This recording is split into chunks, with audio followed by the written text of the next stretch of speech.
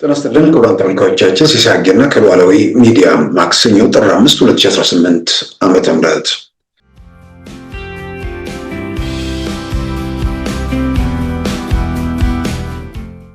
ውስጥ ላይ ሆኖ እዚህም እዚያም ጥቅም አካብታለሁ፣ ቤት ሰራለሁ፣ መኪና ገዛለሁ፣ ቤተሰቦቼ እንደዚህ አደርጋለሁ የሚለው አካልም እየተጋለጠ ነው። ቀጣይ የሚሰሩ ሌሎች ስራዎች እንዳሉ ሆኖ ማለት ነው። አዎ እየጠራ ነው። የአፋሃድ ምክትል ሊቀመንበርና ወታደራዊ ዋና አዛዥ ኮሎኔል ፋንታው ሞሃባ አፋሃድ ከአማራ ክልል መንግስት ጋር ያደረገውን ስምምነት ተከትሎ ከነ ሰራዊታቸው የሰላም አማራጭን ተቀብለው ገብተዋል።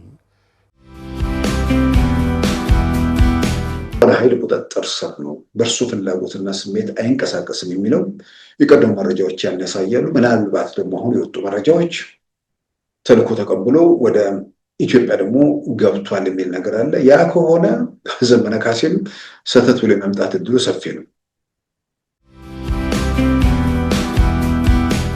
ይልቁንም የኤርትራ ዌብሳይቶች፣ የኤርትራ መንግስት ደጋፊዎች ቆም ብላችሁ ነገሩን መርምሩ። ወጣ ብሎ ነገሮችን ማየት መገምገም በብዙ መልኩ ቢጠቅመን እናንተን ጭምር። 70 ዓመት የሚከባለል ነገር አሁንም እየተንከባለለ ብዙ ርቀት አይደለም፣ የሆነ ቦታ ላይ ይዘጋል።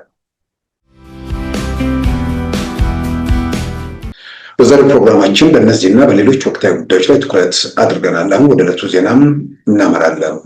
የአሜሪካ ምክትል የውጭ ጉዳይ ሚኒስትር በኢትዮጵያ ጉብኝት እንደሚያደርጉ ተዘገበ። የአሜሪካ ምክትል የውጭ ጉዳይ ሚኒስትር ክሪስቶፈር ላንዳው ከኢትዮጵያ በተጨማሪ በኬንያ እና ጅቡቲ ጉብኝት እንደሚያደርጉ የተገለጸ ሲሆን ጉዟቸው በተለያዩ ጉዳዮች ላይ ያተኮረ መሆኑን አፍሪካ ኢንተሊጀንት በትናንትናው ዕለት ዘግቧል። ጉብኝቱ በዚሁ በጥር ወር እንደሚካሄድም ታውቋል። የአሜሪካው ምክትል የውጭ ጉዳይ ሚኒስትር ጉብኝት በዲፕሎማሲ ንግድና ጸጥታ ላይ ያተኮረ እንደሆነም ከዘገባው መረዳት ተችሏል። ይህ በእንዲህ እንዳለም ኢትዮጵያን በረዥም ጊዜ ስትራቴጂካዊ አጋር ነው የምንመለከታት ሲሉ የእስራኤሉ የውጭ ጉዳይ ሚኒስትር ጌዲዮን ሳር ገለጹ። ትብብራችን ይበልጥ እናጠናከራለንም ብለዋል። የእስራኤሉ የውጭ ጉዳይ ሚኒስትር ዶክተር ጌዲዮን ሳር ይህንን መልእክት በማህበራዊ ገጻቸው ትናንት ያስተላለፉት ከኢትዮጵያው የውጭ ጉዳይ ሚኒስትር ዴኤታ አምባሳደር ሀደራ አበራ ጋር ከተወያዩ በኋላ መሆኑን አመልክተዋል። ከአምባሳደር ሀደራ አበራ ጋር በቀጠናችን ባለው የጋራ ፈተና ላይ መክረናልም ብለዋል። የኢትዮጵያ የውጭ ጉዳይ ሚኒስትር ዴኤታ አምባሳደር ሀደራ አበራ በበኩላቸው በማህበራዊ ገጻቸው ባስተላለፉት መልእክት ገንቢ የሆነ ውይይት መደረጉንና የቆየውን ትብብር ማጠናከር በሚቻልበት ሁኔታ ላይ መምከራቸውን አመልክተዋል። ትላንት ከእስራኤል የውጭ ጉዳይ ሚኒስትር ጋር መወያየታቸውን የገለጹት አምባሳደር ሀደራ አበራ በዛሬው ዕለት በኢየሩሳሌም ከተማ የኢትዮጵያና እስራኤል አራተኛው ፖለቲካዊ ምክክር ወይም ኮንሰልቴሽን እንደሚካሄድም አስታውቀዋል። በአማራ ክልል የቀጠለው ቀውስ በመንግስት መዋቅር ውስጥ በመሆን ከፋኖ ታጣቂዎች ጋር የሚተባበሩ ቀኝ በሚል የሚጠሩ ግለሰቦች እየተጋለጡ መሆናቸውን የመቶ አለቃ ማስረሻ ሰጤ ገለጸ። ከፋኖ ታጣቂ መሪዎች አንዱ ክንፍ ወታደራዊ አዛዥና ምክትል ሊቀመንበር ኮሎኔል ፋንታው ሞሃባ በትናንትናው ዕለት በአውሮፕላን አዲስ አበባ ሲገቡ አቀባበል ያደረገላቸው የመቶ አለቃ ማስረሻ ሰጤ መሆኑንም መረዳት ተችሏል። የፋኖ ኃይሎች በሁለቱ ዋና ቡድኖች የተከፈሉ ሲሆን አንደኛው በእስክንድር ነጋ የሚመራ ሲሆን ሌላኛው ቡድን የጋራ መሪን ለመምረጥ ባለመቻሉ የቡድን አመራር የሰየመ ሲሆን ከቡድን አመራሮቹ አንዱ ዘመነ ካሴ ሲሆን ሌላኛው መሪ ወዳጆና ሌሎችም ይገኙበታል። በእስክንድር ነጋ የሚመራው የፋኖ ቡድን አፋድ የሚባለው ወታደራዊ አዛዥና ምክትል ሊቀመንበር ኮሎኔል ፋንታው ሞሃባ በሰላም ንግግሩ መሰረት ወደ ሰላም መድረኩ የተመለሱት በትናንትናው ዕለት ነው። የመቶ አለቃ ማስረሻ ሰጤን ተከትለው ወደ ሰላም መድረክ መምጣታቸው ምስል ጭምር በመንግስታዊ መገናኛ ብዙሃን የተሰራጨ ቢሆንም በእርሳቸው በኩል በጉዳዩ ላይ እስካሁን የተሰጠ መግለጫ የለም። የአፋሃድ ምክትል ሊቀመንበርና ወታደራዊ ዋና አዛዥ ኮሎኔል ፋንታው ሞሃባ አፋሃድ ከአማራ ክልል መንግስት ጋር ያደረገውን ስምምነት ተከትሎ ከነ ሰራዊታቸው የሰላም አማራጭን ተቀብለው ገብተዋል። የአፋሃድ ምክትል ሊቀመንበር ወታደራዊ ዋና አዛዥና የወሎ ጠቅላይ ግዛት እዝ ዋና አዛዥ ኮሎኔል ፋንታው ሞሃባ የአፋሃድ ከአማራ ክልል መንግስት ጋር በአፍሪካ ህብረትና ኢጋድ አማካኝነት ያደረገውን የሰላም ስምምነት ተከትሎ የሰላም ስምምነቱን በመቀበል ከነ ሰራዊታቸው ገብተዋል። በቀጣዮቹ ጊዜያት መግለጫ ይሰጣሉ ተብሎም ይጠበቃል። የፋኖ አመራሮች ወደ ሰላም መድረክ መመለሳቸውን ተከትሎ በመንግስት መዋቅር ውስጥ ሆነው ለፋኖ የሚሰሩ ሰዎች እየተጋለጡ መገኘታቸውንም የመቶ አለቃ ማስረሻ ሰጤም ለኤንቢሲ ቴሌቪዥን ገልጿል። አርሶ አደሩ በዚያ ልክ ከመደገፍ አቁሞ እነሱን ወደ መግጠም እየዞረ ነው ያለው። ትክክል አይደላችሁም ወደ ማለት እየሄደ ነው። አሁን እየጠራ ነው፣ ትግሉ እየጠራ ነው። ውስጥ ላይ ያለው እዚህም እዚያም ይሄ ቀኝ ምናምን የሚባለው ውስጥ ላይ ሆኖ እዚህም እዚያም ጥቅም አከብታለሁ፣ ቤት ሰራለሁ፣ መኪና ገዛለሁ፣ ቤተሰቦቼ እንደዚህ አደርጋለሁ የሚለው አካልም እየተጋለጠ ነው። ቀጣይ የሚሰሩ ሌሎች ስራዎች እንዳሉ ሆኖ ማለት ነው። አሁን እየጠራ ነው።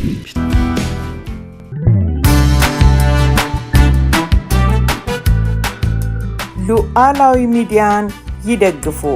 ስራዎቻችንን ለብዙ እንድናደርስ ሰብስክራይብ፣ ሼር፣ ላይክ በማድረግ ሉዓላዊ ሚዲያን ያጠናክሩ።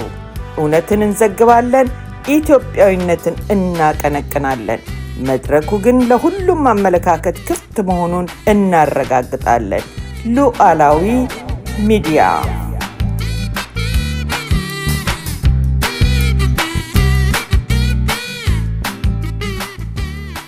ክቡራን ተመልካቾቻችን ከሐምሌ 2015 ጀምሮ በአማራ ክልል የቀጠለውን ቀውስ ለማብቃት በሰላማዊ መንገድ ለሚደረጉ ጥረቶች ፍሬያማ እየሆኑ መምጣታቸውን የሚያሳዩ ተጨባጭ እርምጃዎች ከቀን ወደ ቀን እየደመቁ ወይ ደግሞ እየታዩ መጥተዋል።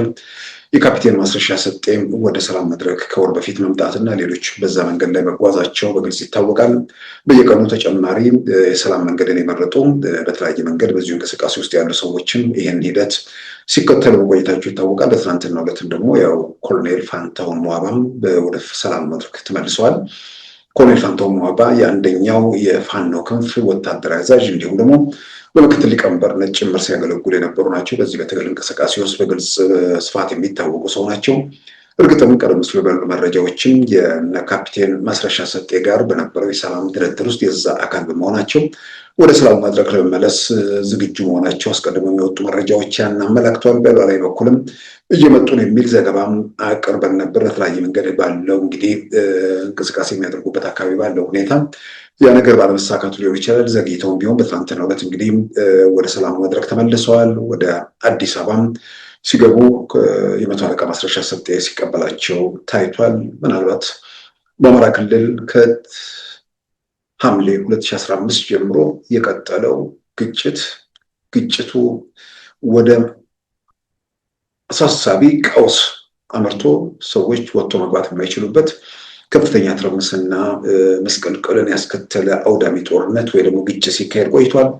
ያንን በሰላማዊ መንገድ ለመፍታት የተደረጉ ጥረቶች ፍሬያማ ባለመሆናቸው መንግስት እየወሰደ ባለው እርምጃም በብዙ መንገድ ቢያንስ የዞን ከተሞች፣ የወረዳ ከተሞች ላይ ያሉ ችግሮች ተቀርፈው ጉዳዩ ወደ ቀበሌዎች በስፋት የወረደበት ሁኔታ እንዳለ በግልጽ ይታወቃል። ያም ሆኖ በማናቸውም ሁኔታ በኃይል ወይ ደግሞ በጉልበት የሚያልቁ ነገሮች ብዙ መልኩ ዘላቂና አስተማማኝነታቸው ያው ጥያቄ ውስጥ የሚገባ ነው። በሌላም በኩል ደግሞ በየትኛውም የመጨረሻ ሰዓትም ቢሆን ወደ ሰላም መድረክ የሚመጡ ኃይሎችን ማበረታታትና መደገፍ ተጨማሪ ሰው እንዳይሞት ተጨማሪ መስቀልቅል እንዳይቀጥል እያገዙ ነው ብሎ መውሰድም ይቻላል እና የኮሎኔል ፋንታሁን ሞአባና በአጠቃላይ በዚህ ዙሪያ ከአፍሪካ ህብረትና የኢጋድ ጭምር ባሉበት የተደረገውን የሰላም ጥረት ደግፈው እሱን መሰረት አድርገው የሚመጡ የፋኖ ኃይሎች ያው ከቀን ወደ ቀንም ቁጥራቸው እየጨመረ ነው። የኢትዮጵያ ሀገር መከላከያ ሰራዊት እንዲሁም ደግሞ በአማራ ክልል መገናኛ ብዙሃን ላይንም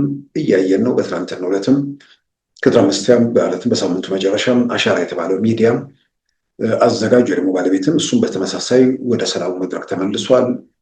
ሰሞኑን እንግዲህ አማራ ክልል ያለው ቀውስ በሰላማዊ ሰዎች ወጥቶ መግባት ላይ በተለይ በገጠር ነዋሪው ላይ እየደረሰ ያለው መስቀልቅል መቼና እንዴት ይቆማል የሚለው ግራ የተጋባው ማህበረሰብ እየሆነ ባለው ነገር ከዚህ አዙሪት ከዚህ ቀውስ ልንወጣ ነው የሚል ደስታ እንደሚሰማው ምንም የሚያጠራጥር ነገር አይደለም። በዛ ዙሪያ ጥናት ወይ ደግሞ ወደ ህብረተሰቡ ሄዶ የመንግስት መገናኛ ብዙሃን የሚመለከታቸው የሚያመጡት መረጃ ይኖራል ተብሎ ይታመናል። ያ ሰላም እየተረጋገጠ መምጣቱ ለህብረተሰቡ ትልቅ እፎይታ እንደሚሰጠው ዝም ብሎ አሻግሮ መገመት የሚቻል ነገር እንዳልመኖሩ እንደተጠበቀ ሆኖ በቅርቡ በተለያዩ መድረኮች በነበሩ ውይይቶች ህብረተሰቡ ጋር ያለው ስሜት በፊት የፋኖ ታጣቂዎችን ፊት ለፊት መናገር መፍራት፣ አንዳንዴ መፍራትን ብቻ ሳይሆን የሆነ ለመብት ብለው ይወጥተው የተጎሳቆለ ወይ ደግሞ ለአማራ መብት ወይ ደግሞ ለእምነት መብት ተብሎ ይገለጽላቸው የነበሩ ሰዎች የመከራ የስቃይ የሰቆቃም የሁሉ ነገር በዓለም ላይ ያለ መጥፎ ነገር ሁሉ ምንጭ መሆናቸው እየታየ ስለመጣ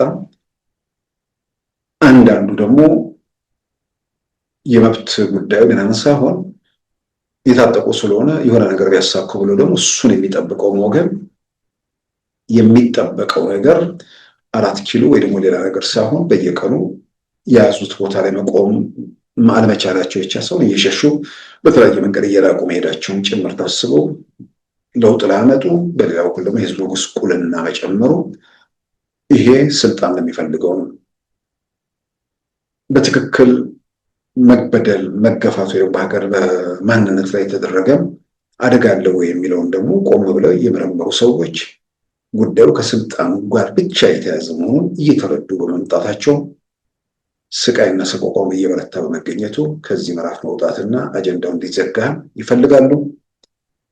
የኢትዮጵያ መንግስት ደግሞ በሰላም ለመጨረስ በአደባባይ ጥሪ አድርጓል። የትም ቦታ የትም ስፍራ ላይ እንገናኛለን የሚል ነገር ዝግጁነቱን አረጋግጧል። ይህ ባለበት ሁኔታ እንግዲህ የህብረተሰቡ ቁጣ ስሜቱን ብዙ ነገር እያየን ባለንበት የሰላሙ ጥረት ፍሬ እያፈራም በሰላም መንገድ ላይ እንግዲህ የኮሎኔል ፋንታሁን ማባ ወደ ትላንትናው ዕለት ወደ ሰላሙ መድረክ መምጣታቸው የፈጠረውን ነገር በግልጽ እያየን ነው። አማራ ክልል በአጠቃላይ በኢትዮጵያ ሰላም እንዲመጣ የሚፈልገው ወገን ላይ የፈጠረው የደስታ ስሜት አለ፣ በግልጽ በአደባባይ የሚታይ በማህበራዊ ሚዲያዎች የሚንጸባረቅ። በሌላ በኩል አማራ ክልል ቀውስ በዚህም በዚያም ይጠቅመናል፣ ይሄ ነገር እያበቃለት ነው ወይ የሚል የተደናገጡ ደግሞ ተወራጭተዋል። ሲወራጩ ግን ራሳቸውን ትዝብት ውስጥ በሚጥሉ መጠን ተወራጩ።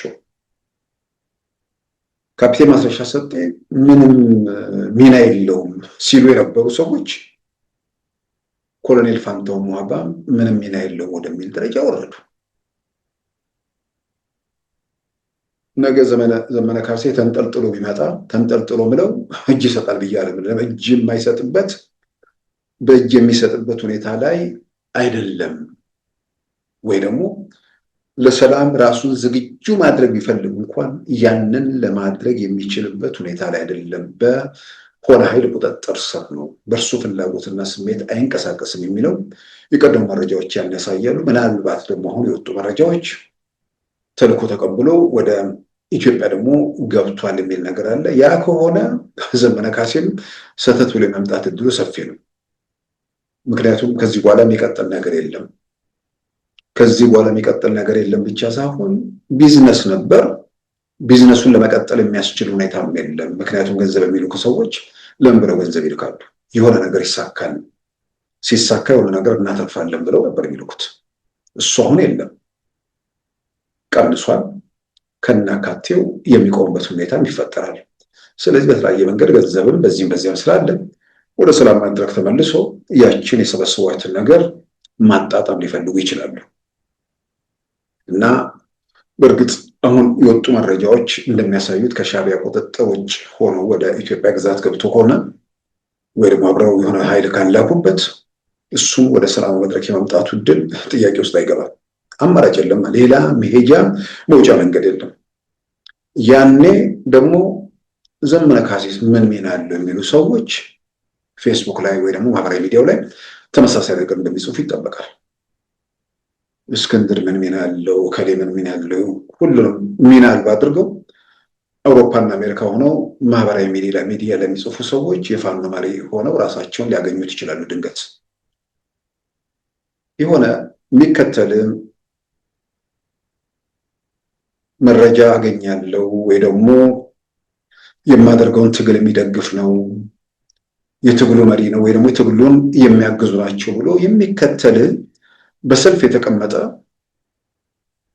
ግራቀኝ የማይ ብዙ ደጋፊ መኖሩ ቢጠበቅም ያ ግራቀኝ የማየው ደጋፊ ትላንትና ስለዚህ ስለ ማስረሻ ምን ብለው ነበር፣ ስለ ኮሎኔል ፋንታሁን ማባ ምን ብለው ነበር፣ ሁሉ ነገር ትላንት የተባለው እየተካደ ሲሄድ አሁን ችግሩ መሬት ላይ ያለው ነገር ውጤት አለማምጣቱ ብቻ ሳይሆን ሚዲያው ራሳቸው ከማንም በላይ የዚሁ የፋኖ ደጋፊዎች ጥያቄ ውስጥ የሚያስገቡበት ሁኔታ ውስጥ እየተፈጠረ ነው። ስለዚህ በብዙ መልኩ ኢትዮጵያ ውስጥ በተለይ ደግሞ ከቀውሱ ችግሩ ያለበት አማራ ክልል ውስጥ ከዚህ አዙሪት ለመውጣት ያለው እድል እየሰፋ መምጣቱና ከ2 ዓመት ተኩል በኋላ የአካባቢ በዘላቂነት ሰላም የሚረጋገጥበት መንገድ እየተጠረገ ነው። 3ኛ ዓመቱ ከመሙላቱ በፊት ብዙ ነገሮች መስመር ይዘው አካባቢው ህዝብ ሰላሙን አረጋግጦ በሰላም ወጥቶ መግባት የሚችልበት ጥያቄዎች አሉ ሁሉም ኢትዮጵያዊ ጋር። እነዛ ጥያቄዎች ደግሞ በሰላማዊ መንገድ እልባት ማግኘት የሚችሉበት ሁኔታ ላይ እዛ ላይ ስራዎች በመንግስት በኩል ይሰራሉ። የሚመለከታቸውም አካል ጥያቄውን በተደራጀ መንገድ አቅርበው ለመፍትሄው መንቀሳቀስ አለባቸው። ጥያቄ በየአቅጣጫው አለ። በአጠቃላይ የኮሎኔል ፋንታሁን ሞሀቤ ወደ ሰላም መድረክ መምጣት ከወር በፊት ከመቶ አለቃ ማስረሻ ሰጤ ወደ ሰላም መንገድ መምጣት አስቀድሞም የነ አቶ አሰግድ መኮንን በተመሳሳይ መንገድ ነው የሚባለው። እንግዲህ በሌላ በኩል ተማርከዋል የሚባልም ነገር አለ። በምርኮም ይሁን በሰላም መንገድ ይምጡም ዞሮ በዚህ እንቅስቃሴ ውስጥ ግንባር ቀደም የሚባሉ ዋና የሚባሉ መሪዎች ቢያንስ ትልልቆቹ ጫፍ ላይ ያሉ 3 ሰዎች በአጭር ጊዜ ውስጥ ወደ ሰላም መድረክ መጥተዋል። እንደተባለው እንግዲህ ከማን ነው አቶ አሰግድ መኮንን ተገደው ከሆነ ሌሎቹ ግን በእርግጠኝነት የአፍሪካ ህብረትም ኢጋድን ባረጋገጠው መሰረት በሰላም መድረክ ላይ ችግሩን ለመፍታት ወደፊት ለፊት መጥተዋል። ይሄ የሚመጡ ሰዎች ጥያቄያቸው ነው በተደራጀ መንገድ ምንድነው የአማራ ህዝብ ጥያቄ፣ በሌላ በኩል ደግሞ ይህን ጥያቄ ዛሬ መጣ ጥያቄ ዛሬ ጀመረ ጥያቄ ነው ወይስ ያደረ ጥያቄ ነው? ይህን ጥያቄ እንዳይመለስ ስልጣን ላይ ያለው አካል ይፈልጋል ወይስ አይፈልግም? እነዚህ ሁሉ ህብረተሰቡ ተገቢ መረዳት የሚችልበት ሁኔታ እንዲፈጠርም ጥያቄውን በተደራጀ መንገድ አሁን ማቅረቡ በብዙ መልኩ ይጠቅማል፣ ያስፈልጋል። በሌላ በኩል ደግሞ እንደዚህ አይነት ጥያቄዎች በሁሉም አካባቢዎች አሉ። ምናልባት በአማራ ክልል ያለው ጥያቄ ይበረታ ሊሆን ይችላል ብዬ አምናለሁ።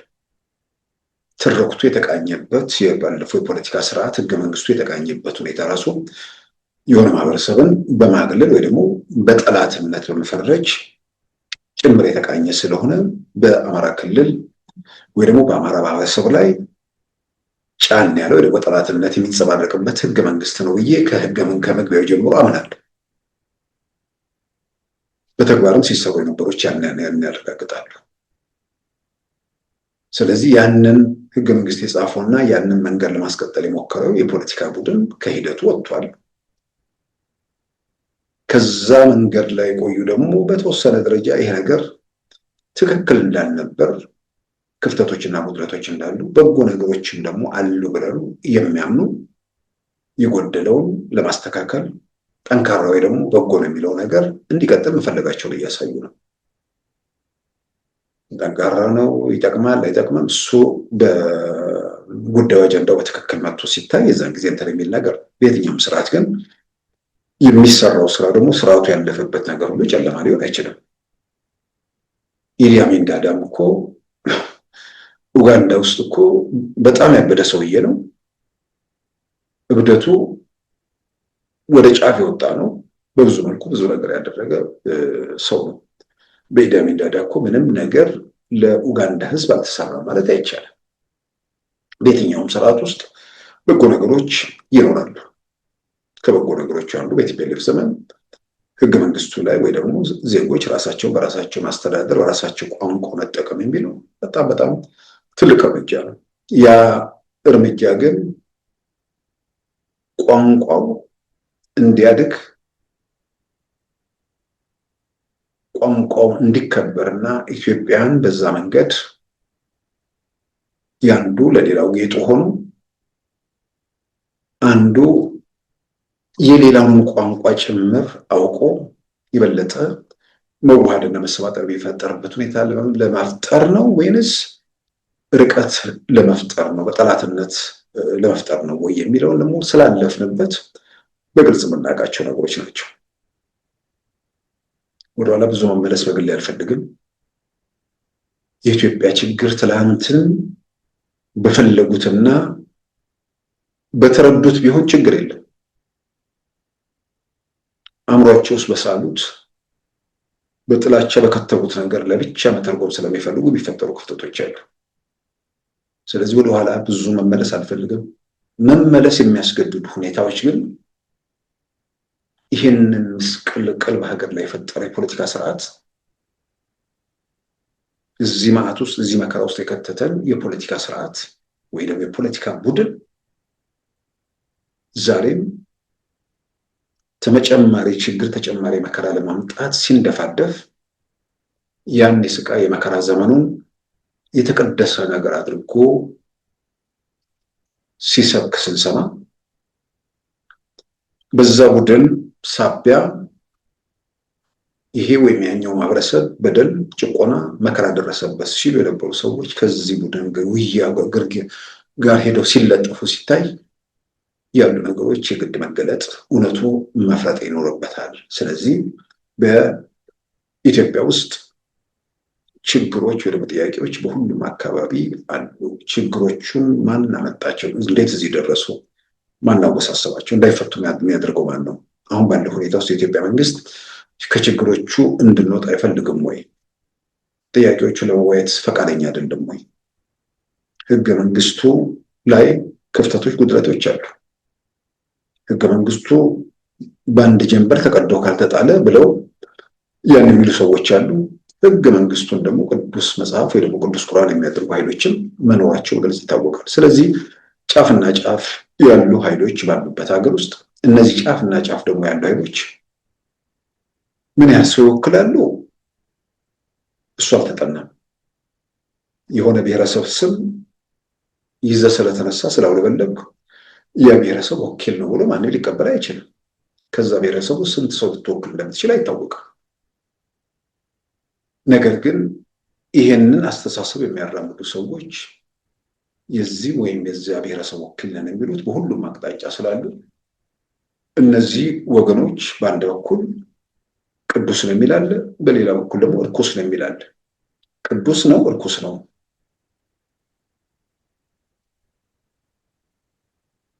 ከበጎ ነገሩ ከክፋቱም የታጨቀበት ከሆነ ክፋቱን አውጥቶ በጎ ነገሩን አጎልብቶ ወደፊት እንዴት መካሄድ ይገባዋል የሚለው ላይ እዛ ላይ ስራዎች መሰራት ነው ያለባቸው። ስለዚህ ያንን ለመስራት የአፄ ኃይለ ሥላሴ መንግስት ህገ መንግስት እንደጻፈው ሁሉ የደርግ መንግስትም ህገ መንግስት እንደጻፈው ሁሉ ህወሓትም ህገ መንግስት እንደጻፈው ሁሉ ይሄን መንግስት ህገ መንግስት መጻፍ መብቱ ነው። ደርግ የንጉሱ መንግስት የኢትዮጵያን አስተዳደር አካባቢዎች 12፣ 13፣ 14 እያደረገ እየቆራረጠ በራሱ መንገድ ላስተዳደር እንዲመቸው እንዳደረገ ሁሉ የደርግ መንግስት 14 በኋላ ላይ ደግሞ 25 ያስተዳደርና 5 የራስ ገዝ ጨምሮ 30 እንዳደረገ ሁሉ ቲፒኤልኤፍ ሲመጣ ያንን አፍርሶ 9 ያስተዳደር ክልሎች እንዳደረገ ሁሉ አሁን ያለው መንግስትም 2 ያስተዳደር ክልል ወይ ደግሞ 50 ያስተዳደር አካባቢዎች አድርጎ ኢትዮጵያን ለማዋቀር የሚከለክለው ነገር የለም። ከየትኛውም ኢትዮጵያ ውስጥ ካሉ ከተፈራረቁ መንግስታት ልክ ሁሉም ስልጣን ያገኙበት መንገድና አሁን ያለው ሁኔታም ደግሞ ስንመዝን ቢያንስ 2013 ላይ የተካሄደውን ምርጫ በኢትዮጵያ ታሪክ 97 እና 2013 ላይ ምርጫ ተካሂዷል ብዬ አምናለሁ። ሌላው ቲያትር ነው፣ ቀልድ ነው። 97 እጅግ በጣም አጓጊ ወራት የዘለቀ መጨረሻ ላይ ግን ኢህአዴግ ወይ ደግሞ ህወሓት ሲሸነፍ ያን ነገር ንጹሃንን በአደባባይ በመፍጀት ሁሉን ነገር በመገለባበጥ የተሸነፉ ሰዎች በዓለም ታሪክ ላይ ተሰምቶ የሚታወቅ አይመስለኝም።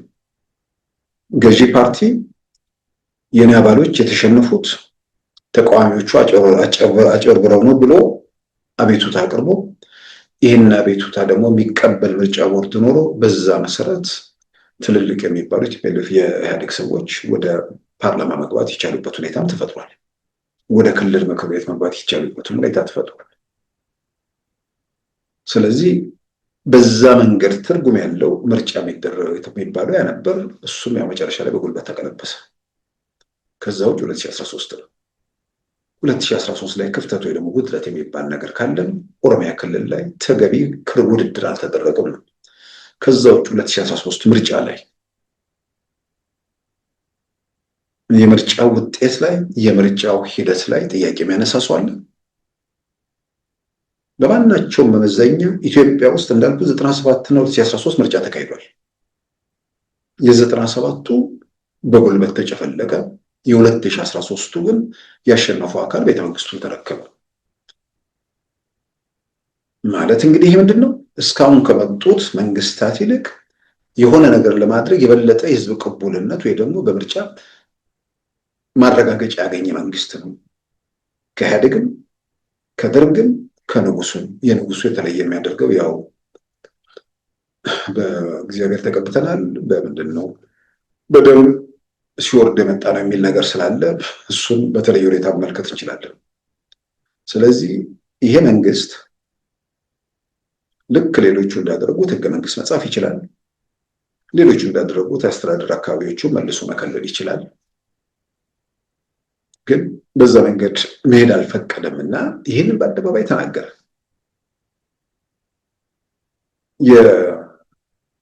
የንጉሱን ደርግ እንደቀደደው የደርግን ህወሓት እንደቀደደው የህወሓትን ብልጽግና ቢቀደው ደግሞ ነገ ሌላ ቡድን መጥቶ ደግሞ የብልጽግናን ይቀደዋል። ከዚያ ዙሪት እንውጣ። ስለዚህ ብልጽግና የሚመቸውን ሳይሆን የኢትዮጵያ ህዝብ የሚፈልገውን የህገ መንግስትን መጽሐፍ ምን አይነት የፖለቲካ ስርዓት ለኢትዮጵያ ያስፈልጋታል። ሁሉም የፖለቲካ አመለካከት ያላቸው ሰዎች ወደ አደባባይ ወጡ፣ ሀሳባቸውን ያዋጡ፣ ህብረተሰቡ እስከታች ድረስ ይምከር፣ የምክክር ኮሚሽን ኃላፊነት ይውሰድ ተብሎ በኢትዮጵያ ውስጥ በሙያቸው፣ በስራ ልምዳቸው፣ በእውቀታቸው፣ በእድሜያቸው ጭምር አንጋፋ የተባሉ ዜጎች ያሉበት የምክክር ኮሚሽን ተቋቁሞ ያን ስራ እየሰራ ነው። ያን ስራ እየሰራ ባለበት ሁኔታ ውስጥ ዛሬ ህገ መንግስት ካልተቀደደ ወይ ደግሞ ህገ መንግስቱ ካልተነካ የሚለው ነገር ዝም ብሎ ሰበብ ፍለጋ ነው የሚሆነው። እዛው ላይ መሰረታዊ የሚባሉ ጥያቄዎች በምክክር ሂደቱ ይመለሳሉ እና ከዛ ውጭ የሆኑ ስልጣን ላይ ያለውን መንግስት የሚወነጀልበት ወይ የሚጠየቅበት ነገር ካለ ሁሉም ሰው ባቡሩ ማለት መርከቡ ላይ የተሳፈረው ሁሉ ያገባዋል። ብሔርተኛ፣ መንደርተኛ፣ ጎጥ ውስጥ የሚርመጠመጥ ሰው ለምክንያትም ለሰበብም አንዳንድ ጊዜ ከሎጂክ የተፋቱ ይሆናሉ። ሀገር ሲያምሱ ችግር እየፈጠሩ ባሉበት ሁኔታ ውስጥ በዛ ጉዳይ ላይ የሆነ ከነሱ ሰፈር ውጭ የሆነ ሰው አስተያየት ሲሰጥ ምን አገባ ይላሉ። ባቡሩ ምንድነው? መርከቡ ላይ ያለው እኮ ሁሉም ነው። መርከቡ እየተሸነቀረ ሄዶ ሲሰምጥ እኮ አብሮ የሚሰምጥ ሰው ነው።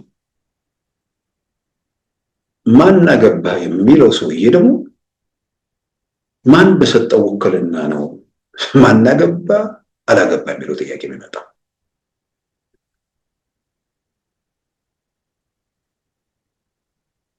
ይህንን በተመለከተ ምንድነው መከራከሪያዎችም አደባባይ የሚያወጡ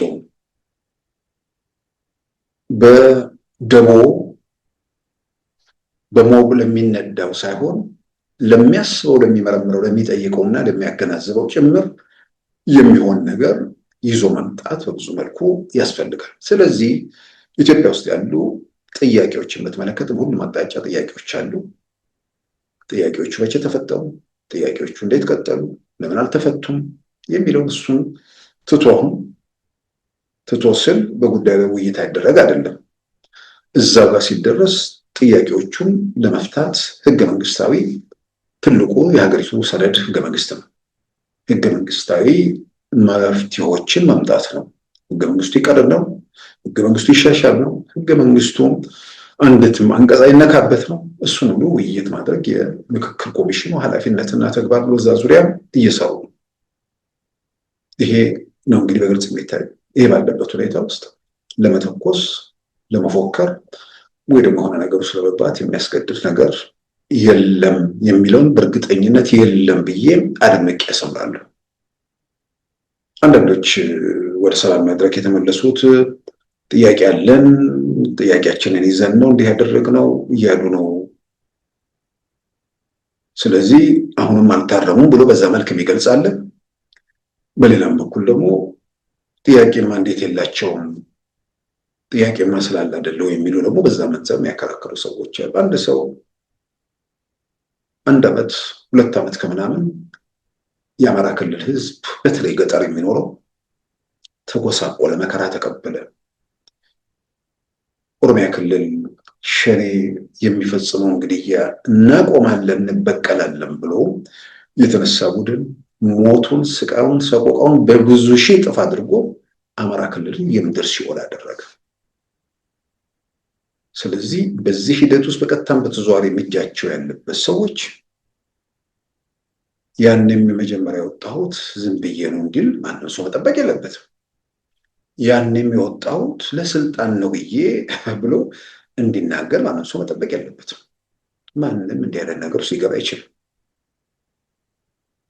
ምናልባት መጽሐፍ ሲጽፉ፣ ምናልባት ይሄኛው የፖለቲካው ነገር እልባት ሲያገኝ በጸጸት ለትውልድ ለማስተማር ሲሉ በዚህ ጉዳይ ላይ የኢትዮጵያ መንግስት ስላልፈታ ወይ ደግሞ መፍታት ስላልፈለገ ሳይሆን ገና አዲስ መንግስት ስለሆነ በቀላሉ ይሄዳል፣ በቀላሉም ዙፋኑን እንቀመጥበታለን በሚል ቅዠት ጭምር የተደረገ መሆኑ ዛሬ ላይ ተዋናዮቹም ተመልካቾቹም ብዙ የሚያጠራጥር ነገር አይመስለኝም። እና በዚህ መንገድ ውስጥ መሄዳቸው ስለማያጠራጥር ዛሬ ላይ ቆመው ያለፍንበት መንገድ ስህተት ነው፣ ምንም ነገር ጥያቄያችን የሚመልስ ጥያቄ ስላልነበረን ነው፣ ወይ ደግሞ ጥያቄያችንን ለመመለስ ፈቃደኛ የሆነ መንግስት ባለበት ሁኔታ ውስጥ ነው ወደ ሰላም ወደዛ ሄድ ነው ብለው እንዲናገሩ ማንም ሰው መጠበቅ ያለበትም። ትልቁ ነገር በዘላቂነት ከዚህ ጉዳይ እንዴት እንወጣለን የሚለውን ነገር ለማለት የመጀመሪያው ነገር ወደ ሰላሙ መንገድ መመለስ፣ ስቃዩንና ሰቆቃውን ለማቆም የሚደረገውን ጥረት ማገዝ ነው። ይሄ በአሁኑ ሰዓት ወደ ሰላም መድረክ የሚመጡት እነ ካፒቴን ማስረሻ፣ እነ ኮሎኔል ፋንታሁን፣ ጋዜጠኞቹ፣ በተለያየ መንገድ የሚመጡ ሰዎች በአንድ በኩል ችግሩን ለመቅረፍ ብዙ እርምጃ መሄዳቸውን ያሳያል፣ የሚያበረታታ ነው። የዛኑ ያህል ደግሞ እውነት ለመናገር ራሳቸውን ከመከራ እያፋቱ ነው። ከውርደት ጎዳና ራሳቸውን እያራቁ ነው። ለረዥም ጊዜያት 2 ዓመት ከምናምን በአማራ ክልል ለነበረው ቀውስ ህብረተሰቡ እንደ መብት ተሟጋች እንደ ነፃ አውጪ የሚመለከተው ታጣቂ ስለሆነ እየተሽለከለከ ህብረተሰቡ ውስጥ እየተደበቀ ህይወቱን መቀጠል ችሎ ነበር። ህብረተሰቡ አሁን ምሬቱን በአደባባይ እያንገሸገሸው ተናገረ። እያንገሸገሸው እየተናገረ ነው። ስለዚህ እያንገሸገሸው መናገሩ ይሄንን ነገር፣ ይሄን ሞት፣ ይሄን ስቃይ፣ ይሄን ሰቆቃ፣ ይሄን እገታ፣ ይሄን ችግር ሁሉ ለመሸከም ለምን ተገደድኩኝ ብሎ ይጠይቃል። በእርግጥ አደጋ ተጋርጦ ነበር ወይ የሚለውንም ይመረምራል። ብዙ ምርምር አያስፈልግም። አሁን አደጋ ተጋርጦ ከነበር አደጋውን አቆማለሁ ያለው ኃይል የነበረበት ቦታ ላይ ራሱ መቆም አቅቶት እየሸሸ አድራሻው እየራቀ ጎረቤት ሀገር ጭምር እየተሻገረ ባለበት ሁኔታ ውስጥ ታዲያ አደጋውን ለማድረስ የሚንቀሳቀሰውን ኃይል ማን አቆመ? ምን ነበርስ አደጋው? ይህን ቆም ብሎ መጠየቅ፣ በአስተውሎት መመልከት በብዙ መልኩ ይጠቅማል። ይህንን ሰው እያየም እየተረዳ የነፃ አውጪ የመብት ተሟጋች ተብሎ የተወሰዱት ኃይሎች የስቃይ የመከራ የሰቆቃ በዚህ ምድር ላይ ያለ የሚባል ሁሉ መዓት ምንጮች መሆናቸውን ስላየን ከዚህ ቡድን ጋር መፋታት ፈልጓል። ህልውናቸው መሰረቱ እዚህ ምሽግ ላይ፣ እዚህ ተራራ ላይ፣ እዚህ ቦታ ላይ ተቆጣጥሮታል የሚባል ነገር የለም። መንግስት ወይ ደግሞ መንግስት ኃይሎች ሲሄዱ ተበትነው ወደ የስርቻው ወደ የቤቱ ይገባሉ፣ ወደ ምናምን ይወሸቃሉ። አሁን ግን የሚወሸቁት፣ የሚሸሹት፣ የሚደበቁት ሰዎች ስቃዩን፣ ሰቆቃውን፣ መከራውን ስላበረቱበት ከአሁን በኋላ መደበቂያቸው አይሆንም። ለራሱ ሲል አይቶታል። ስቃዩ ለምን እየቀጠለበት እንደሆነ ተገንዝቧል። ስቃዩን የፈጠሩት ሰዎች በእርግጥ ለምንድን ነው የሚለውን እየጠየቀ ጠይቀው ምላሽ ያገኙ ለራሳቸው እንዳሉ ማያጠራጥር። ስለዚህ ከዚህ በኋላ መደበቂያ መሆን የሚችሉበት ሁኔታ ከሌለ ይሄ እንቅስቃሴ በአጭር ጊዜ ውስጥ ትርጉም ባለ ሁኔታ ወደ ምንምነት የመለወጥ ወደ ምንምነት መለወጥ ስል ሽፍታ አይኖርም ማለት አይደለም። ሽፍታ መንገድ ላይ አርፍቶ የሆነ ጫካ ገብቶ ምናምን ሌብነት፣ ዘራፊነት አሁን ተስፋፍቷል። ሄዶ ሞፈሩን መክፋት የሚፈልግ የለም። እዛ ሞፈር ምናምን ከበሬ ጠምዶ ምናምን በአመት አርሶ ምን ብሎ የማያገኘውን ነገር መንገድ ላይ አገታው ፈጽሞ በቀላሉ ማግኘት የሚችልበት ሁኔታ ስለተፈጠረ ወፎር ተመልሶ ሄዶ ሞፈርና ቀንበር አይጨብጥም። ሽፍታ ሆኖ ይቀጥላል። ያን ሽፍታ ሆኖ የሚቀጥለውን የአካባቢ ታጣቂዎች፣ ሚሊሻዎች እና ህብረተሰቡ ደግሞ ምላሽ የሚሰጧቸው ነገር ይሆናል። ሽፍታ የሚቀጥልበት ሁኔታ ይኖራል። ግን ይሄ የተደራጀ እንቅስቃሴ ማለትም ተደራጅቶ እየተበተነ የሚሄደው እንቅስቃሴ ከዚህ በኋላ ብዙ ርቀት ላይሄድ ስለሚችል አንድ ህብረተሰቡ ከስቃይ ይፈታል። በሌላም በኩል ደግሞ አስቀድሞ የመጡት የሰላምን መንገድ የመረጡት የውርደትን የራሳቸው ላይ የሚታወጅባቸውን ሌላ መከራ አምልጠዋል ማለት ነው። ነገም ሌላ ቀን ነው። ከዚህ ሁኔታ ውስጥ ማምለጥ ከዚህ ሁኔታ ውስጥ ማምለጥ ብቻ ሳይሆን አንድ ተጨማሪ ቀን የስቃይ የመከራ የሰቆቃው ምንጭ ለማድረግ የሚደረግ ጥረት ስለሆነ እስካሁን ለምንቆዩ ሳይሆን ዛሬ እንኳን ደህና መጣችሁ ብሎ በዚህ ሂደት ላይ ያለፉ ሰዎችን መቀበል፣ ለዛ እውቅና መስጠት በጣም አስፈላጊ ነው። እንዳልኩት ደግሞ በሌላ መንገድ የሚሄዱ ሰዎች ይህን እድል የማያገኙበት ሁኔታ እንደሚፈጠር የሚያጠራጥር ነገር አይደለም። ምናልባት የሚጠበቁ አንዳንዶቹ ደጋፊዎቻቸው ምን አለ እንደነ ኮሎኔል ፋንታሁን ምን አለ እንደነ ካፒቴን ማስረሻ በሆነ ኖሮ ብለው ሊናገሩ የሚችሉበት ሊቆጩ የሚችሉበት ሁኔታ ይሄ የሚቆጩት ስል ይሄ ከበር ሰዋዊ ምናምን ባህሪ ያላቸውን ምናምን ነው። ይሄ እውነተኛ እነዛ ሰዎች ለመብት እየታገሉ ነው ብለው የሚያምኑትን ነው። ግን በዛ መሀል የተወሰነ ነገሮችን እየተረዱ እየተገለጡ ላይ ይመጣላቸውን ነው። ሌላውማ ሲሞት ወይ ደግሞ እርምጃ ሲወሰድበት ለአንድ ቀን ወይ ደግሞ እንደ ሁኔታው ለአንድ ሳምንት ዘመቻ ከሌ እንደዚህ ምናምን ፎቶ ይለጠፋል፣ ምን ይባላል፣ ጋጋታ ይፈጠራል። ጀግና ይሞታል እንጂ ትግል አይሞትም ምናምን የሚባሉ መፈክሮች ይጻፋሉ፣ ይለጠፋሉ። ከአንድ ሳምንት በኋላ እንደዛ የሚባል ሰው መኖሩ ትዝ አይላቸው። ይህን በግምት አይደለም የምናወራው። አሁን ናሁሰና የሚባል ልጅ የፋኖ ደጋፊ ገጽ ላይ አይቶ የሚያክሰው አለ።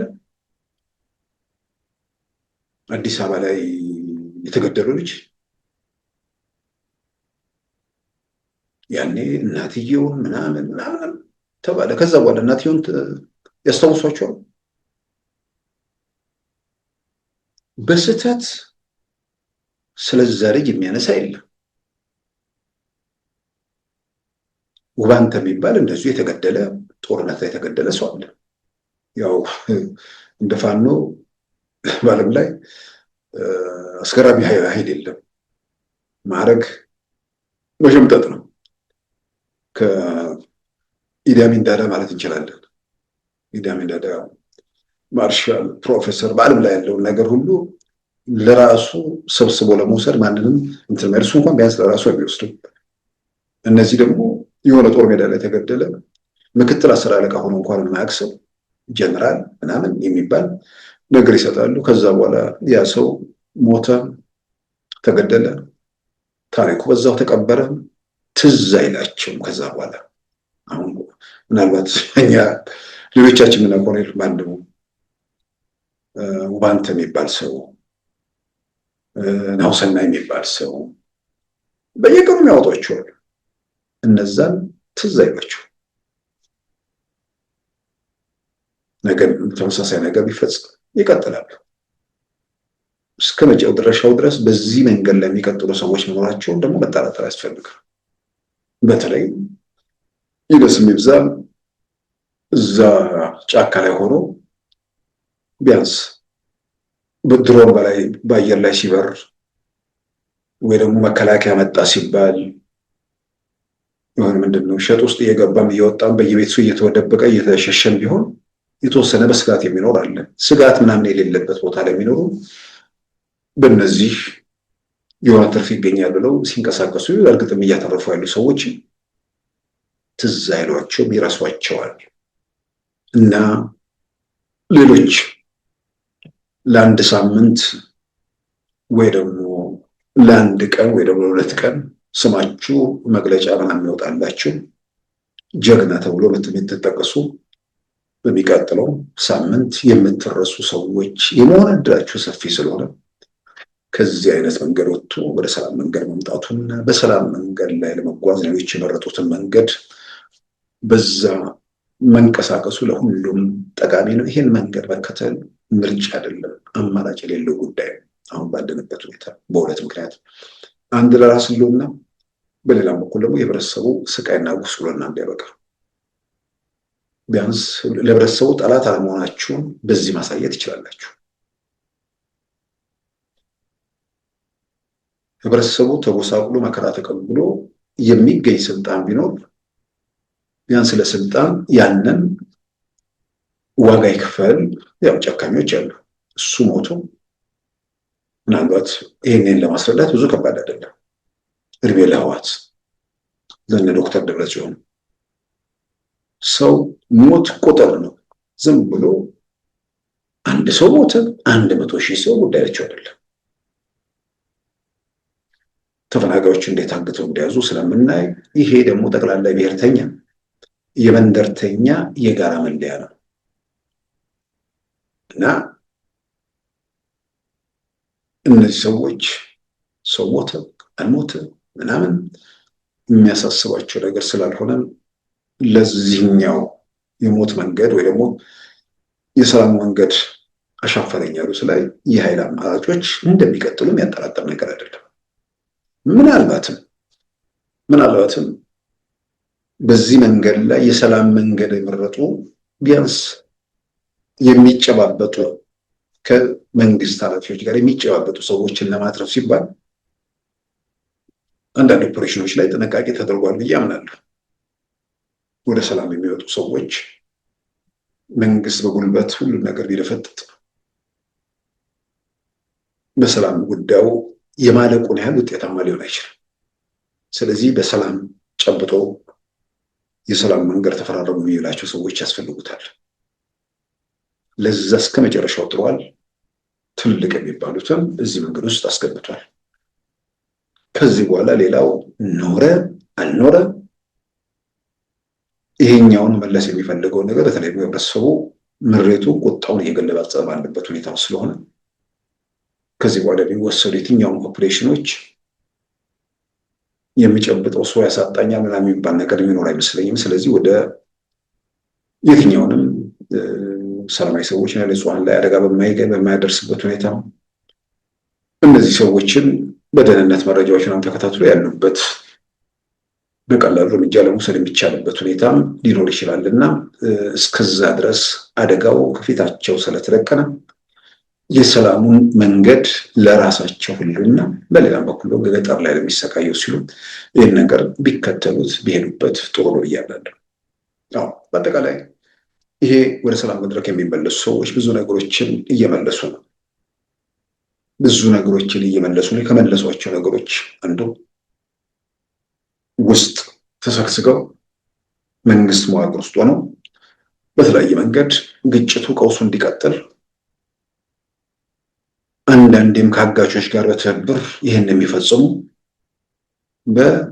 እንመራዋለን ወይ ደግሞ እናስተዳድረዋለን በሚሉት ህዝብ ስቃይ የግል ጥቅማቸውን የሚያሳድዱ በዓላማም ከነዛ ጋር የተቆራኙ በመንግስት መዋቅር ላይ ያሉ ቀኝ ብለው የሚጠሯቸው ሰዎች ችግር ፈጣሪዎች መሆናቸውን ሌላው ቀርቶ ጉዳዩ በሰላም እንዳያልቅ ጥረት እንደሚያደርጉ ጫካ ሆኖ ወደ ሰላም ለመመለስ የሚፈልጉ ሰዎች እነርሱን አጋልጠው ለአደጋ ይዳርጉናል ብለው እንደሚፈሩ በአደባባይ መግለጫ ሲሰጡ ነበር። አሁን ካፒታን ማስረሻ ሰጤ አንድ ማስታወቂያ ኤንቢሲ ላይ ወጣል ገና የሚለቀቅ ቀኞቹ እየተጋለጡ ነው የሚል ነገር በግልጽ ተናግሯል። ይሄ በጣም በጣም ወሳኝ ነገር ነው። ቀኞቹ ማለት መንግስት መዋቅር ውስጥ ሆነው ለፋኖ የሚሰሙት ማለት ነው። እነዚህ ቶፕ በድርጅቱ ውስጥ ቶፕ የሚባሉት መሪዎች ሲመጡ ከእነሱ ጋር እየተባበሩ እዛ አካባቢ ላይ ቀውስ እንዲበረታ ችግር እንዲቀጥል የሚያደርጉት እነማን እንደሆኑ አስቀድመው ስለሚታወቁ በመንግስት በኩል እንግዲህ መረጃው እየተለቀ ምንድን ነው እነዛ እየተጋለጡ ነው ብለዋል። ስለዚህ እየተሰበሰቡ እየተያዙ ያሉ ሰዎች ሊኖሩ ይችላሉ፣ ወይ ደግሞ ከስልጣን እየተባረሩ ያሉ ሰዎች ሊኖሩ ይችላሉ። ይሄም ሌላው ሰላምን ለማረጋገጥ የሚሰራው ስራ አካል ነው። በዚህ መድረክ ላይ እንደገና ቃለ ምልልስ የሰጠው ያረጋል አያና የተባለው የፋኖ መሪ ነው። በፍኖተ ሰላሙ መድረክ ላይ በጣም ጠንካራ ንግግር ሲያደርግ የነበረ እሱም የሰጠው መግለጫ አለ። የክርስትና በተለይም የኦርቶዶክስ እምነት ተጠቃ የሚለውም በዋናነት ለዚህ ተልኳቸው ህብረተሰቡ ለማንቀሳቀስ የሚጠቀሙት ወገኖች በተለይም ዘመነ ካሴ የኦርቶዶክስ እምነት ነው የሚያራምደው ወይንስ ሌላ እምነት ነው የሚያራምደው የሚለውን ጥያቄ ያነሳል። ጥይት አያስመታም ብሎ እንዳለ ጣቱ ላይ የቀለበት ማዕተብ ደርድሯል አለ። ይህን ነው ሲያጠናክር ከአረብ ሀገር ድረስ ሰዎች እያስመጡ ጽላት የሚያስማሙ መሆናቸውን ገልጿል። ይሄ እንግዲህ እዛው በቦታው ላይ ያለ ሂደት ውስጥ ያለፈ ሰው ምስክርነት ነው። ሰላምን በአካባቢው እንዲመጣ የሚደረግ ጥረት አለ። ሰላም እንዳይመጣ የሚደረጉ መወራጨቶች አሉ። ሰላም እንዳይመጣ የሚፈልጉ ሰዎች ደግሞ በእምነት ሽፋን ጭምር ለመታገል ነው የወጡ ሰዎች የእምነቱ ጸር መሆናቸውን እየተጋለጠ መሆኑን ግምት ውስጥ ማስገባቱ በብዙ መልኩ አስፈላጊ ነው። በአጠቃላይ የኮሎኔል ፋንታሁን ሙሃባ ወደ ሰላም መድረክ መመለስ በጣም ማህበራዊ ሚዲያውን ሰው አይቶ ሁኔታዎችን መገምገም ይችላል። ሰላሙን የሚወደው ወገን ደስታውን በደንብ እየገለጸ ነው። በሌላ በኩል ፋኖ ካምፕ ያለው መወራጨት አስገራሚ ነው። አንዳንዱ አልደነገጥኩም ብሎ ምንድነው ሲደንስ ምናምን ይታያል ፎቶ። ታዲያ እሱ አይደል እንዴ አንዱ የመደንገጥ መለያው እሱ አይደል እንዴ? ሰዎች እንደ እብድ ሲያደርጋቸው የብስጭት ወይ ደግሞ ህሊናን የመሳት አንዱ ማሳያ መለኪያ ያልጠበቁት ነገር ነው ለመናገር። ያኔ ጉዳዩ መረጃው ሲወጣ በጣም የማይታሰብ ምክንያቱም መጀመሪያ ደነገጡና በኋላ ሲያው ምንም ነገር የለም በቃ ሰማይን ደግፎ የሚያቆመው ፋንታሁን ሙሃባ ምን የሚባል ነገር ነበር ያኔ የሚባለው። ዛሬ በአንድ ጊዜ ወደ ሰላም ሲመለሱ ከጨዋታው ያወጧቸው ሰዎች ወይ ደግሞ ምንም ትርጉም አልባ ነው ለማለት የሞከሩ ሰዎች ማለት ነው። እና ከኢትዮጵያን አልፎ ደግሞ ኤርትራውያን። ምክንያቱም ቀላል ነገር አይደለም። ኢትዮጵያ ውስጥ የሆነ ግርግር፣ ሁከት መፈጠሩ የኢትዮጵያ ለመረጋጋት በስጋት ደረጃ የሚያነሱትን ነገር ይጠቅመናል ብለው ስለሚያስቡ ልክ በዚች ጊዜ ደግሞ ምን አደረገ? የአንድ ታዋቂ ኤርትራ ተስፋ ነው በኤርትራ እንትን ያለ ስለ አውሮፕላን ማረፊያው ጻፈ።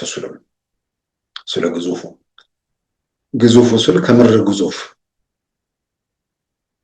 የአፍሪካ ልማት ባንክ ፕሬዚዳንት ባለፈው በዚህ ጉዳይ ላይ አዲስ አበባ ላይ መግለጫ ሲሰጡ የአፍሪካ ትልቁ አይደለም፣ የአፍሪካ ትልቁ ብቻ አይደለም፣ በዓለም ላይ አሉ ከሚባሉ ግዙፍ የአውሮፕላን ማረፊያዎች አንዱ ነው የሚሆነው። ተፈናቃዮቹንም በተመለከተ ቪክቲሞች ሳይሆኑ የምንድነው ፕሮጀክቱ እንዴት ተጠቃሚ እንዳደረጋቸው ምስክርነት ሲሰጡ በነበረበት መድረክ ላይ ስለ ግዙፉ አየር መንገድ ወይ ደግሞ ማረፊያ እዛ ላይ ሰጡት ምስክርነት አለ። እነ ሮይተርስ፣ ቢዝነስ ኢንሳይደር፣ መዓት መገናኛ ብዙሃን የ12.5 ቢሊዮን ዶላር ግዙፍ ፕሮጀክት ገና እኮ የ60 ሚሊዮኑ መንገደኛ ማለት ነው። የአራት ዓመት በሚቀጥሉት 4 ዓመታት ትልቅ ዜና ለዓለም አቀፉ ሚዲያ 60 ሚሊዮን መንገደኞች የሚያስተናግድ ግዙፍ አውሮፕላን ማረፊያ ስራው ተጀመረ ብለው የዓለም አቀፍ መገናኛ ብዙሃን እነ ሮይተርስ ዜና እያሰሩ ባሉበት ሰዓት ተስፋ የሚባለው የቲፒኤልኤፍ የሻዕቢያ እንትን ይሄ አውሮፕላን ማረፊያ ኦሮሚያን ሲገነጥሉ ለዛ ተብሎ የተዘጋጀ ነው ይልና ማን ሲናገር ያመጣል? ኮሎኔል ገመቹ አያና። ኮሎኔል ገመቹ አያና ማን ነው? ኦነግ ውትድርና በምናምን ለመብት ትግል በማድረጋቸው ምናምን አደንቃቸዋለሁ። ግን ፖለቲካ ላይ እጅግ በጣም የሚገርሙ ሰው ናቸው። ኮሎኔል ገመቹ እንስማማና በኦሮሚያ እንዲሄድ ፍቀዱለት የሚል በአደባባይ መግለጫ ሲሰጡ የነበሩ ሰው ናቸው። ኃይለኛ የኢትዮጵያ መንግስት ተቃዋሚ ማለት ነው። ሻዕቢያዎቹ የኢትዮጵያ መንግስት ላይ እኮ የሚተከሰው ግን ሌላ ታሪክ አለ። ኦሮሚያ የሚባል አእምሯቸው ውስጥ የሳሉት ሀገር እንፈጥራለን የሚሉ ሸኔና ኦነግ የሚባሉ ቡድኖች እኮ እንትን ነው።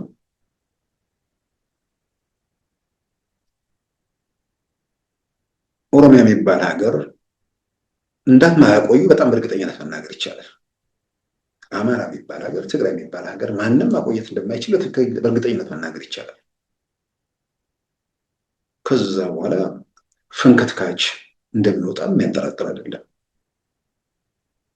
በአጠቃላይ ሀገራዊ ህልም ያላቸው የሀገር ቀጣይነት የታያቸው ነገም አሻግረው ማየት የሚችሉ ሰዎች እነ ኮሎኔል ገመቹ አያና ቡድኖች ሲተኩሱባቸው ሸንፋኖ ሲተኩስ ምን ሲተኩስ እየተከላከለ ያለ ኢትዮጵያዊነትን አጽንቶ እየተጓዘ ያለ መንግስት ላይ የኢትዮጵያ መንግስት ወኪል ተደርጎ ኮሎኔል ገመቹ አያናን ሻዕቢያዎቹ ሲለጥፉ እጅግ በጣም አስገራሚ ነው። ይነዴት ነው፣ ምንም ጥያቄ ውስጥ አይገባም።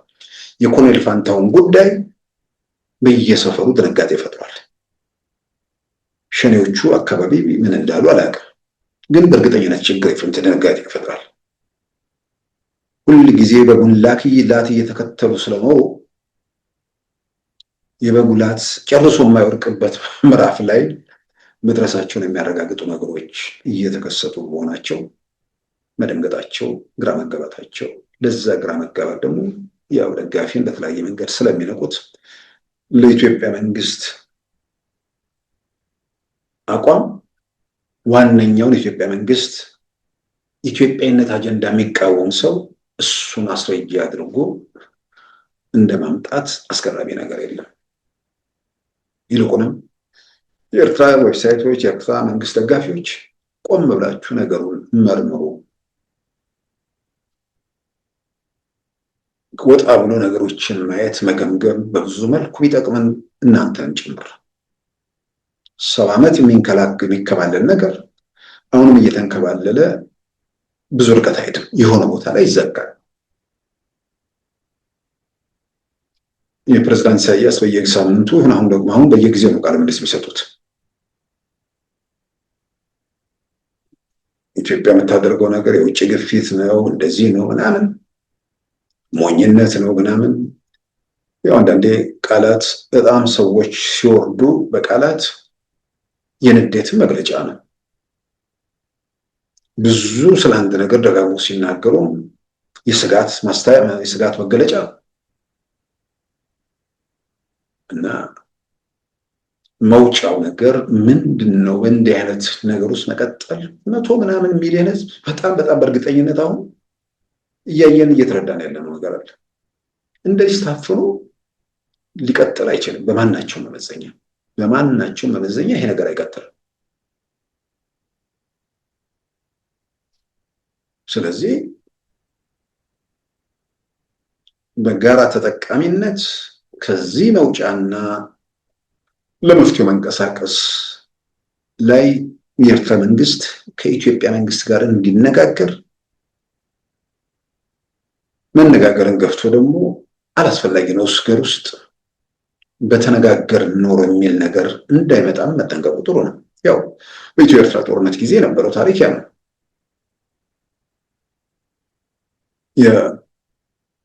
የቀረበውን የማስማሚያ ሰነድ አንቀበልም ተብሎ መጨረሻ ላይ የኢትዮጵያ ሰራዊት ባድመን ካስለቀቀና ኤርትራ መንግስት እየገፈተረ መሄድ ሲጀምር ነው እንቀበላለን የሚል ነገር የመጣው። ከዛ ትምህርት ስንወስድ ጉዳዮች ወደ ኃይል ሲመጡ እንቀበላለን የሚባሉ ነገሮች ሊመጡ ይችላሉ። እዛ ሳይደረስ ዛሬ ላይ ቆሞ ነገሮችን ዘላቂ መውጫ የሌላውን ህመም ማየት ያስፈልጋል። 130 ሚሊዮን ህዝብ ከተወሰኑ 10 ዓመታት በኋላ 200 ምናምን ሚሊዮን ህዝብ ጅቡቲ አንዴ ከግብጽ ጋር እየተወዳጀች ሌላ ጊዜ ከሌላ ጋር እያደረገች ኢትዮጵያ ታንቃ ልትቀጥል አትችልም። ስለዚህ መውጫ ትፈልጋለች።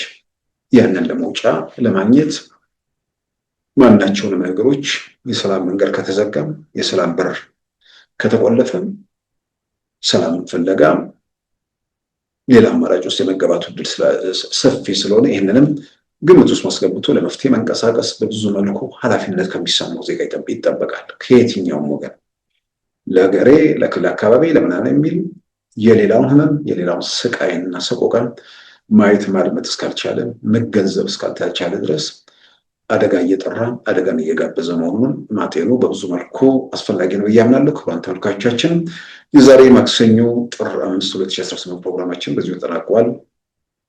ጤና ይስጥልን።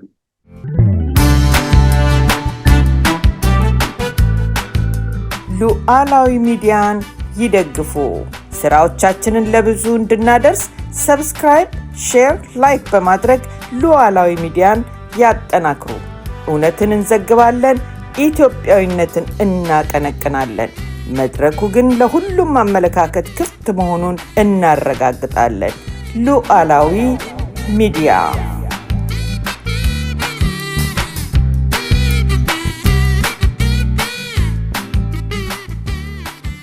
የዛሬ ማክሰኞ ጥር 5 2018 ፕሮግራማችን በዚሁ ተጠናቋል። ጤና ይስጥልን።